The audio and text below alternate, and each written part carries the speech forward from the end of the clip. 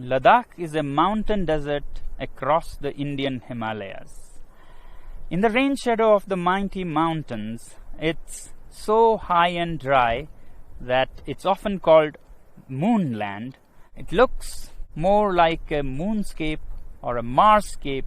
Well, this one is a picture of the Mars. Often called Little Tibet, this region remains landlocked, cut off from the rest of the world for half the year. Temperatures range from -30 to +30. Hi, I'm Sonam Wangchuk, a simple indigenous tribal from this remote Ladakh. I was born in an even remoter tiny village of 5 households. But that was a long time ago. Today, my village has grown 100% to become a village of 10 households. Perhaps still a little bit smaller than your city. We had no schools in our village, so I learned from the farmers, from the rivers, trees, animals, and above all, from my mother. I picked up English and other languages from the radio and meeting people from different countries. Later went to some schools and finally finished mechanical engineering. We love our Ladakh so much that while my engineering schoolmates went to Bangalore, Mumbai and the Silicon Valley, I came back to Ladakh and started solving problems of the people. Children's problems in school education, people facing harsh cold winters, and farmers facing water shortage in the face of climate change. I've been doing these things for the last 30 years, and the world has been very generous. They have not only acknowledged but admired my work with various awards in different parts of the world. But today I have come here not to talk more about these things, but to share with you a bigger challenge that Ladakh is facing and to seek your support in solving our problem. Yes, you can solve our problem, and not only that, you have the power to even avert a world war. Let me explain how. This is Ladakh. You see the famous Indus River flowing, and over there the dark mountains. Across that are the valleys of Nubra and Changtang, where we share our border with Tibet, which is now occupied by China.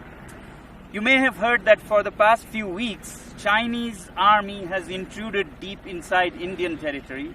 This has been happening over years, and our shepherds who raise the famous Kashmir goats have lost a lot of their pastures and are in deep trouble. Now, the Indian army is there in large numbers across those mountains, matching China's soldier to soldier, bullet to bullet. But I don't think that is a solution.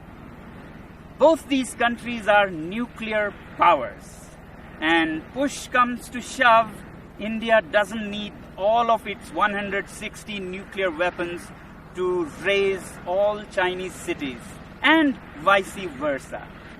And that could soon escalate into a full-fledged world war, World War III.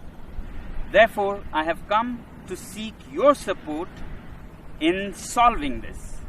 You, my friends, have the wallet power, which in this case can even diffuse a bullet war between different countries. Let me explain how. To understand your power, let's first understand what China is doing and why and when. Although China claims that Indian soldiers intruded into its territory, it could not be a coincidence that at the same time, in the months of April and May, Vietnamese decide to bother China. Taiwan and the US Navy also decide to bother China. And the timing is important.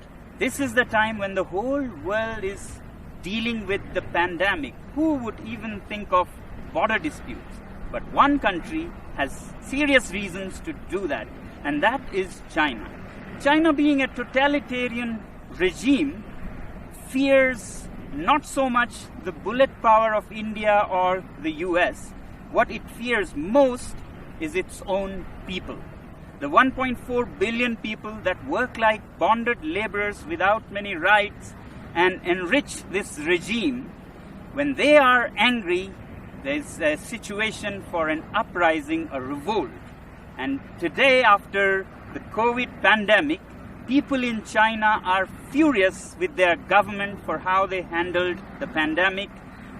Chinese businesses are shut, factories are shut, unemployment reaches 20%.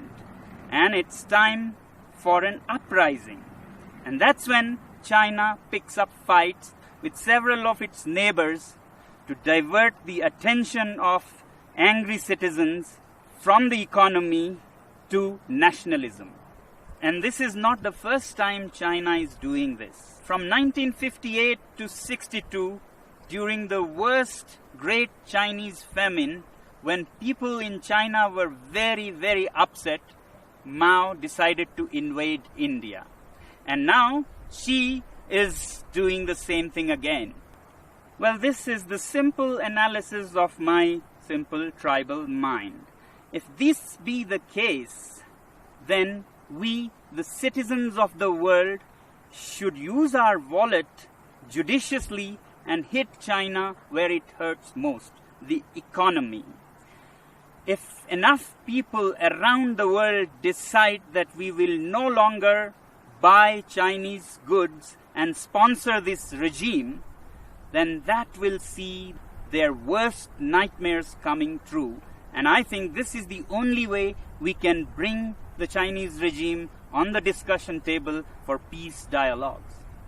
We must always clearly remember that when we say China, it's the regime and not the civilization, not the people. In fact, the Chinese people are themselves the greatest victim in this.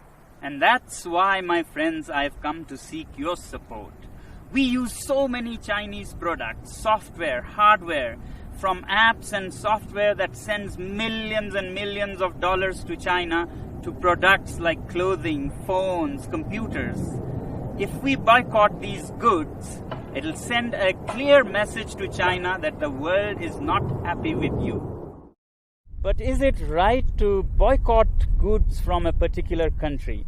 When normally not, when it is among equal partners. But my simple tribal mind says that China is not a normal country. If the world was a club of peaceful sheep, China is a wolf in sheep's clothing. It doesn't respect the rules of the game. It's a totalitarian regime run by a clique. It's not representative of its people. In fact, its people are just an instrument for its expansionist ambitions. It doesn't respect international customs or bodies like the WHO, and we saw because of its behavior how the COVID spread so much and caused so much suffering. Yet, we, the people of the world, also have double standards. We overlook everything and just want trade with it. In 1947, China gobbled up Inner Mongolia. We were silent. We wanted trade. Later, Tibet, with its 6 million Tibetan Buddhists, were annexed. We were silent. We wanted trade. And then Xinjiang, with its 10 million Uyghur Muslims, were gobbled up. We were silent. We wanted trade. In fact, 60% of today's China is occupied territory.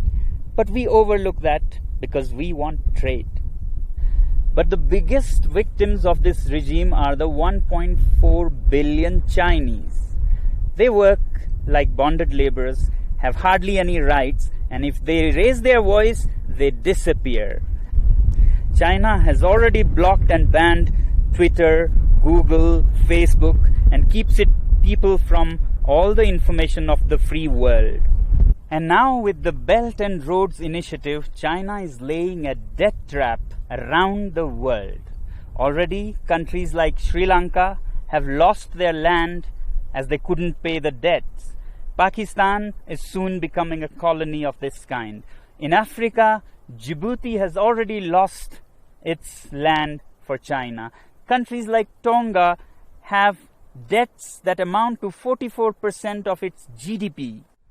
After Asia and Africa, they're soon arriving in Europe, where assets are being built all over Central Asia and Europe with loans from Chinese companies and contracts given to Chinese companies with very high rates, and when you can't repay the loans, you lose your land. To my simple tribal mind, these belts and roads are the veins to suck the blood of the world, to send finished Chinese goods and to suck resources and money from around the world. But we overlook all these facts because we are addicted to cheap Chinese goods. We must also find out, why are these goods cheap in the first place? Can we ethically make cheap goods like this? Well, they are cheap because the labor is low paid, labor laws are hardly there, and natural resources are plundered like there is no tomorrow. States subsidizes utilities to artificially lower their prices, and they manipulate currencies in their favor. So it's time that we, citizens of the world, take our wallets into our hands and say we have personal economic sanctions on this regime. And yet in the free world, we have the double standards to say that if our own country has environmental and human rights restrictions, we move our factories to China.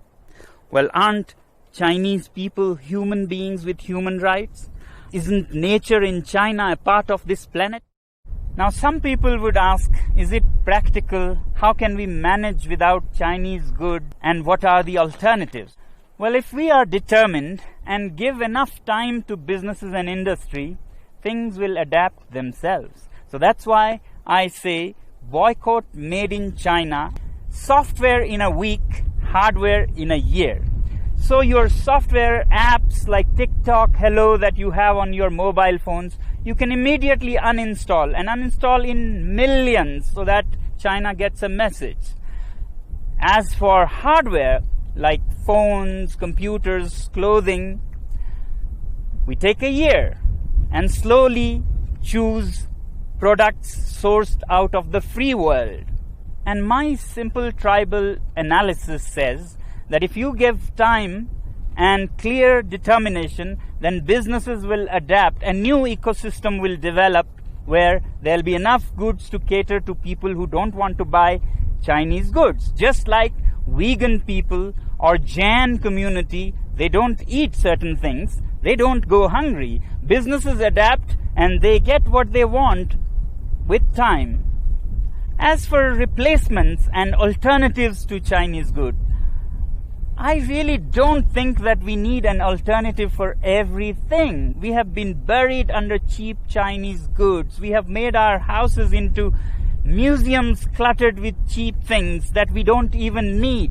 Why do we need 10 pairs of shoes? Why can't we do with 3 pairs of shoes made very nicely by local craftsmen? Why do we let these goods pollute our rivers, lakes? Can we learn to live simpler? These lockdowns have actually taught us that we can be happy with much less. So can we also think out of this box and talk about a simpler life with local products? If you want to learn more about how to live happily with simpler lives, please look up our movement, ilivesimply.org.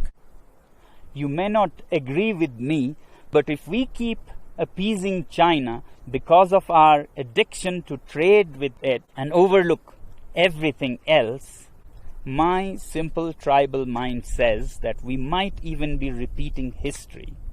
How in the late 1930s, the British government led by Chamberlain kept appeasing Hitler and giving in to its demands finally led to the Second World War. If we continue on the same path, we might either be leading the world to a third world war or a world dominated and colonized by China. Let me help you understand further what our addiction to trade with China can land us into. Here's a story of the great Indian monkey trap. Man puts a sweet bait into the pitcher and then ties this pitcher to a tree with a very small opening.